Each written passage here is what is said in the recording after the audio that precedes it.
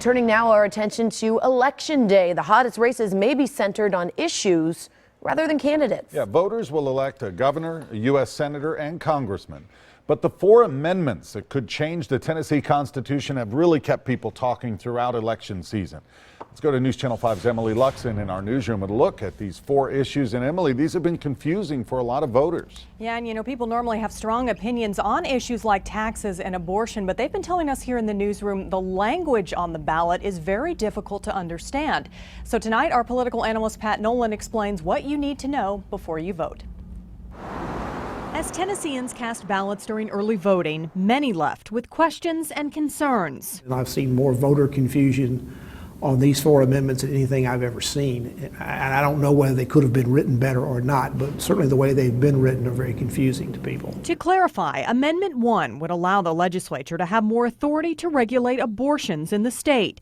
A yes vote would give lawmakers more control to pass restrictions. A no vote would leave the state constitution as is.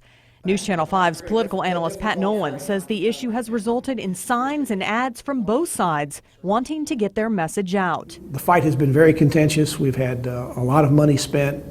The no side has probably outraised and outspent somewhere between 3 to 4 to 1 over the yeses. Amendment 2 could determine who chooses judges.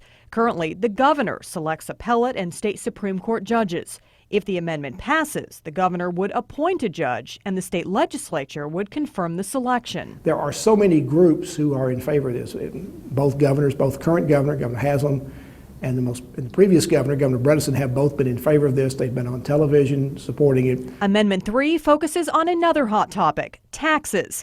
And if passed, it would prevent the state of Tennessee from ever having a state income tax. There's little or no political support on Capitol Hill for an income tax, but this would make it clear that a personal income tax or a payroll tax in Tennessee would be unconstitutional. Finally, Amendment 4 would allow the legislature to vote on which nonprofit organizations that support veterans are eligible to host gambling events to raise money. There's no organized opposition to it. There is support from the veterans groups, but they have not been able to amass the kind of money and support to get something going out statewide, so it may get lost in the shuffle.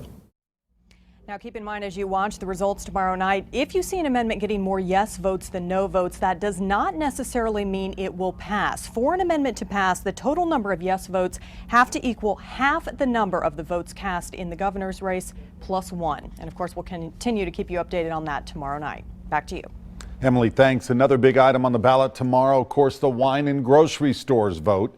The referendum would allow voters to decide whether to allow wine on store shelves. This particular issue will appear on the ballot in 78 qualifying municipalities, including Metro Nashville. If it passes, you could see wine in supermarkets in July of 2016. If you have more questions about the voting process or where to vote, you can get help from the Division of Elections before you head to the polls. Just call their toll-free hotline. And remember, News Channel 5, your election headquarters, our special election night coverage begins on the Plus at 7 tomorrow night. Then stay tuned for a full wrap-up on News Channel 5 at 10.